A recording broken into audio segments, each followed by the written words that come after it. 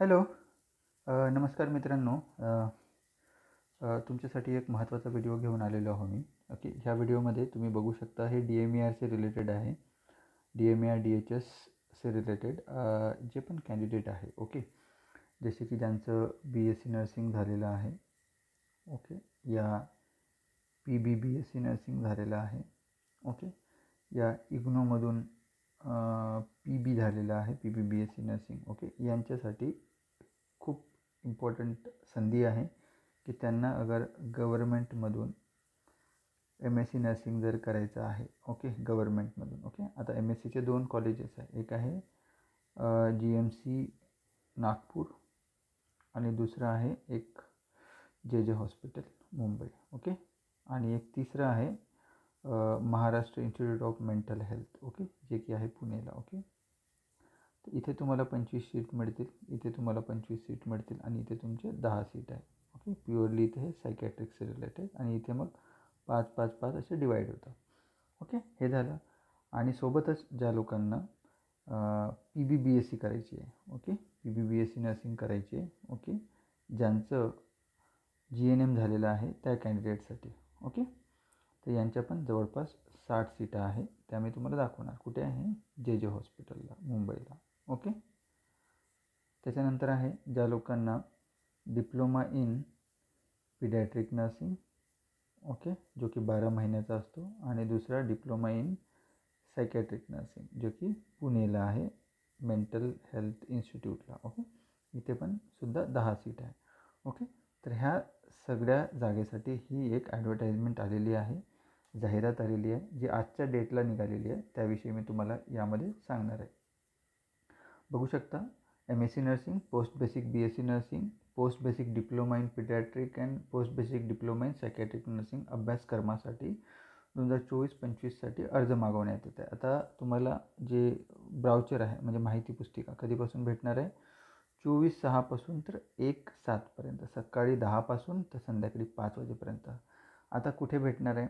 एक भेटणार आहे प्राचार्य शिक्षण संस्था Mumbai, MSc nursing, post basic BSc nursing आणि पिडॅट्रिक नर्सिंग. ओके, बघा, हा MSc नर्सिंगचा कोर्स आहे इथे. कुठे? JJ हॉस्पिटल, प्राचार्य शिक्षण संस्था मुंबई, म्हणजे हे JJ हॉस्पिटलचं आवार येतं. ओके, PBBSc नर्सिंग आणि डिप्लोमा इन पिडॅट्रिक नर्सिंग याचे फॉर्म कुठे भेटेल तुम्हाला? JJ हॉस्पिटल मुंबईला, परिचर्या शिक्षण संस्थामध्ये. ओके, त्याच्यानंतर जे नागपूरचं आहे तिथे फक्त MSc नर्सिंग आहे. ओके, तर इथे तुम्ही MSc नर्सिंग तुम्हाला चे फॉर्म कुठे भेटतील तुम्हाला? नागपूरला. ओके, हे बघा, MSc नर्सिंग दोन्ही ठिकाणी आहे. ओके, दोन्ही ठिकाणची जी लिस्ट आहे ती वेगवेगळी लागणार आहे. ओके, मुंबईची वेगळी आणि नागपूरची वेगळी. ओके, ठीक आहे. हां, तर नागपूरची जे फॉर्म आहे तुम्हाला, नागपूरचं जे नर्सिंग कॉलेज आहे, शासकीय परिचर्या महाविद्यालय नागपूर, जे GMC नागपूरच्या आवारामध्ये येते, तिथे मिळेल. MSc नर्सिंग कोर्स आहे. आणि शेवटी महाराष्ट्र मानसिक आरोग्य संस्था पुणे हे आहे. कुठे येते हे? हे येतं पुणेला. पुणेला पाषाणमध्ये येते हे. इथे फक्त MSc नर्सिंग आणि post basic diploma in psychiatric nursing ह्या 2 इथे तुम्हाला याचे ब्राउचर तुम्हाला इथे मिळेल. म्हणजे तुम्हाला ब्राउचर 3 ठिकाणी भेटणार आहे.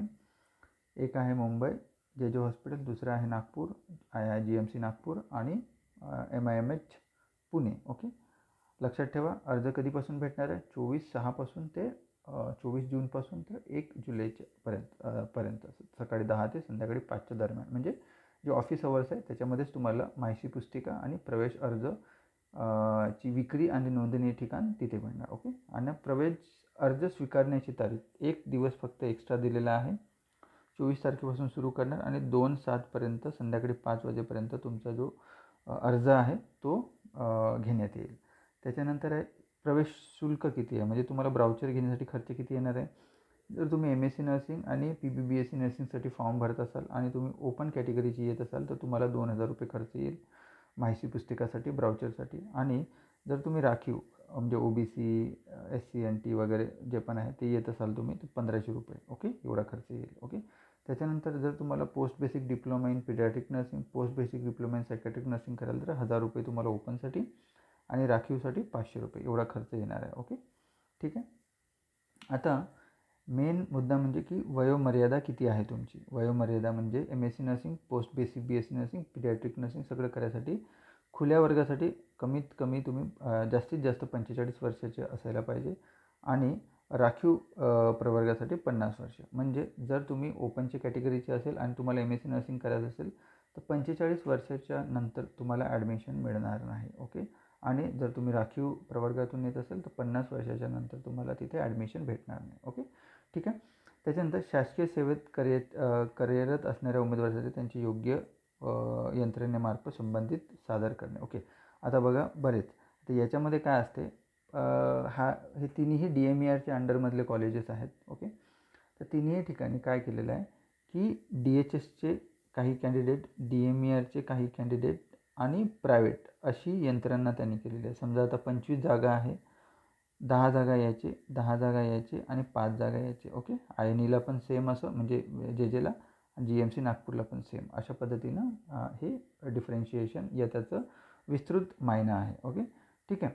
जर तुम्ही शासकीय सेवेमध्ये, आता बरेच मुलं जे DMERमध्ये BSc नर्सिंग झालेले विद्यार्थी की PBBSc नर्सिंग झालेले आहे, इग्नूमधून PBBSc नर्सिंग झालेले विद्यार्थी आहेत जे कार्यरत आहे, ज्यांना जॉईनिंगपासून 5 इयर कंप्लीट झालेले आहे, ते लोक इथे अप्लाय करू शकतात. ओके, आणि ते सुद्धा अप्लाय करताना योग्य मार्फत तुमचा ॲप्लिकेशन येणं गरजेचं आहे. म्हणजे संबंधित संस्था प्रमुखामार्फत.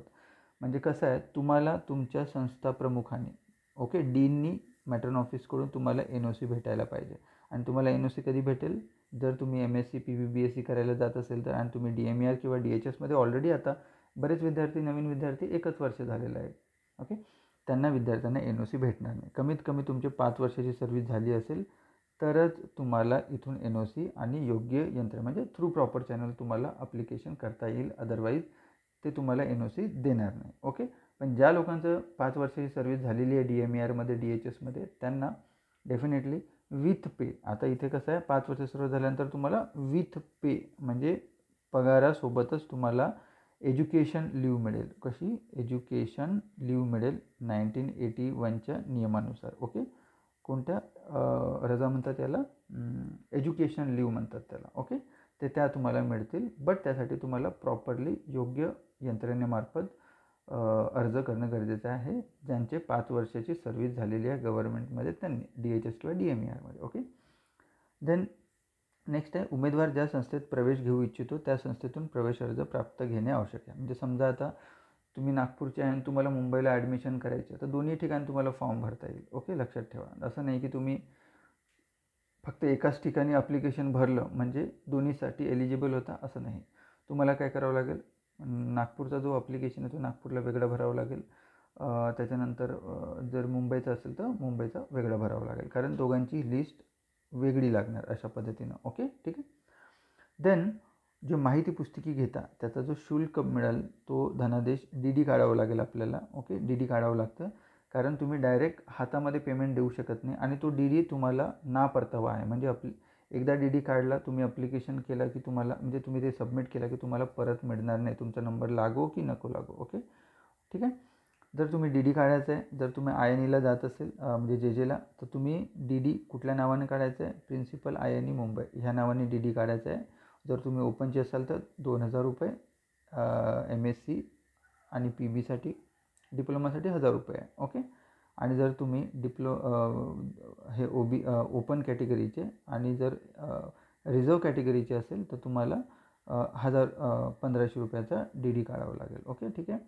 जर तुम्ही मुंबईचा फॉर्म भरत असेल तर प्रिन्सिपल INE मुंबईच्या नावाने DD करा, किंवा GMCचा काढत असेल तर डीन GMC मुंबईच्या, GMC नागपूरच्या नावाने काढा, किंवा जर तुम्ही INE Maharashtra institute of mental हेल्थच्या नावाने काढायचं, director professor Maharashtra institute of health science या नावाने DD काढायचा. ठीक आहे. त्यानंतर या नावाने स्वीकारणे जाईल. माहिती पुस्तिका तुम्हाला या संकेतस्थळावर उपलब्ध करीत आहे. ओके, आता तुम्हाला माहिती पुस्तिकासुद्धा दाखवून देतो, म्हणजे तुम्हाला कळून जाणार. ओके, ठीक आहे. खूप मोठं आहे माहिती पुस्तिका, पण त्याच्यामध्ये भरपूर हे सुद्धा ऑलरेडी आलेलं आहे. तुम्ही बघू शकता इथे DMERचं medical education drug department application for information brochure, MSc nursing, post BSc nursing सगळ्यांसाठी अकॅडमिक इयर 24-25. ओके, ठीक आहे. याच्यामध्ये त्यांनी डेट ऑफ अवेलेबिलिटी ॲप्लिकेशन 24/1/2 तारीख तुमची शेवटची.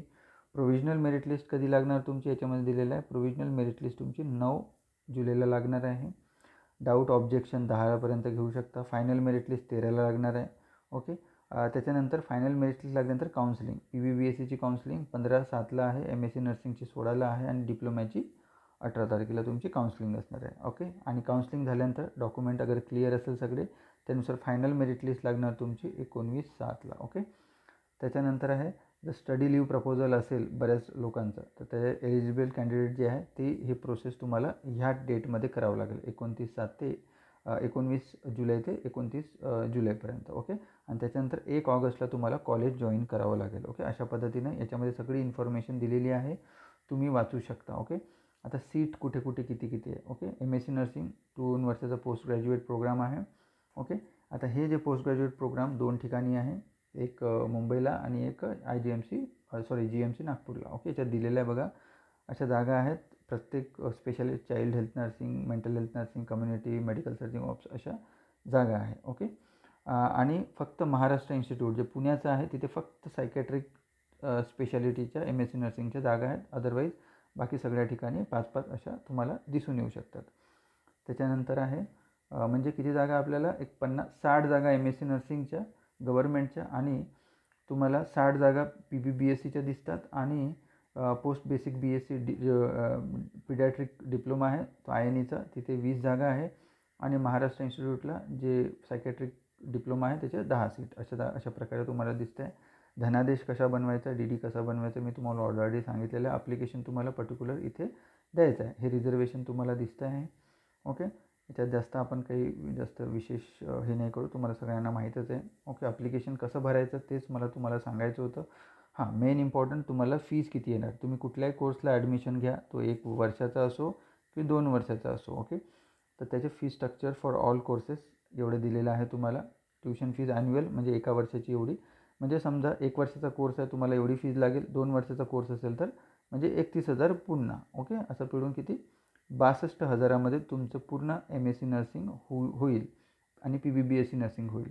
ओके. आणि डिप्लोमासाठी फक्त 31,000. त्याच्यानंतर युनिव्हर्सिटीची फीज आणि बाकी जे आहेत ते खर्च ते वेळोवेळी सांगण्यात येईल तुम्हाला. ओके. तर अशा पद्धतीनं तुम्हाला सगळी इन्फॉर्मेशन मी दिलेली आहे. ओके. हां, ठीक आहे. होप सो आय थिंक सगळ्यांना व्यवस्थित कळालं असेल की कशा पद्धतीनं तुम्हाला काय डॉक्युमेंट लागतील. हे बघा याच्यात लिहिलेलं आहे MSc नर्सिंगसाठी 12th सगळ्या ह्या ब्राउचरमध्ये सगळीच इन्फॉर्मेशन दिलेली आहे. DMERच्या वेबसाईटवर जा तुम्ही किंवा सोबतच मी माझ्या टेलिग्राम चॅनलवर किंवा आपल्या व्हॉट्सअप चॅनलवर वगैरे किंवा व्हॉट्सअप ग्रुपवर मी सगळी हा जो ब्राउचर आहे ते टाकणार आहे, कारण व्हिडिओ फार लंबा होणार. अदरवाईज आपण सांगितलं असतं. ओके. आता बघा DMER DHS INEला जागा किती आहे हे सुद्धा सांगतो आहे तुम्हाला.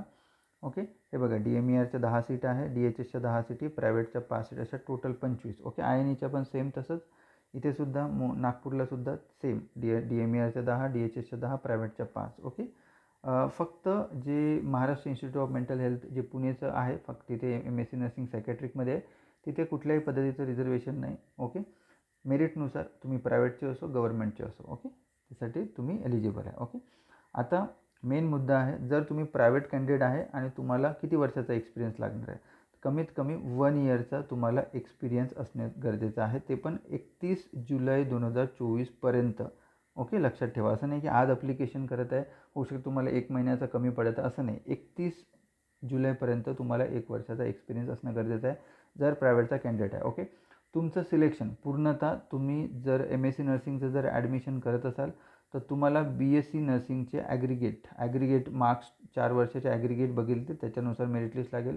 PBBSCवाले असेल तर PBBSCचं ॲग्रिगेट बघतील आणि डिप्लोमा असेल तर GNMचे PBBSC आणि डिप्लोमासाठी तुम्हाला GNMचे ॲग्रिगेट मार्क्स. ओके. ॲग्रिगेट मार्क्सवर तुमची मेरिट लिस्ट लागणार आहे आणि त्याच्यानुसारच ती लिस्ट लागणार. ओके. याच्यात सगळं इन्फॉर्मेशन दिलेली आहे. फक्त गव्हर्नमेंटच्या कॅन्डिडेटला 5 वर्षाचा त्यांनी हे मागितलेलं आहे अनुभव, तेव्हाच ते थ्रू प्रॉपर चॅनल अप्लाय करू शकतात. जर तुम्ही गव्हर्नमेंटचे सुद्धा असेल आणि जर तुम्हाला बट तो जो 10चा कोटा आहे तो करायचा असेल तर तुम्हाला 5 वर्षाचा म्हणजे 10 DMERचे 10 DHSचे 5 प्रायव्हेट. ओके. तर प्रायव्हेटसाठी 1 इयरचाच एक्सपिरियन्स मागितला आहे, पण गव्हर्नमेंटला 5 इयर्स ठेवलेला आहे. तेव्हाच तुम्हाला स्टडी लीवसुद्धा मिळेल, विथ पे तुम्हाला मिळेल. ओके, विथ पे मिळेल. ओके, तो एक क्रायटेरिया आहे. अदरवाईज प्रायव्हेटवाल्यांना फक्त हे, आणि तो पण एक्सपिरियन्स तुमचा 31/7/2024 झालेला हवा. ओके, लक्षात ठेवा. ओके, हा जो PDF आहे तुम्हाला आपल्या टेलिग्राम चॅनलवर, व्हॉट्सअप चॅनलवर भेटून जाणार. ओके, किंवा व्हिडिओच्या डिस्क्रिप्शन बॉक्समध्ये सुद्धा. ओके, पुन्हा एकदा थँक्यू, धन्यवाद. लवकरात लवकर ज्यांना MSc नर्सिंग करायचं आहे, PPBSc करायचं आहे कमीत कमी फीजमध्ये, ते पण 60,000 रुपयामध्ये, तर लवकरात लवकर हा फॉर्म भरा. आणि हे भरण्यासाठी तुम्हाला पर्टिक्युलर फिजिकली त्या कॉलेजमध्ये जाऊन तुम्हाला DD बनवावं लागेल. विथ DD तुम्हाला ॲप्लिकेशन मिळेल. मी कितीचा DD बनवायचा ते पण सांगितलं. ओके, काही डाऊट आहे तर प्लीज कमेंट बॉक्समध्ये लिहू शकता. थँक्यू, जय हिंद.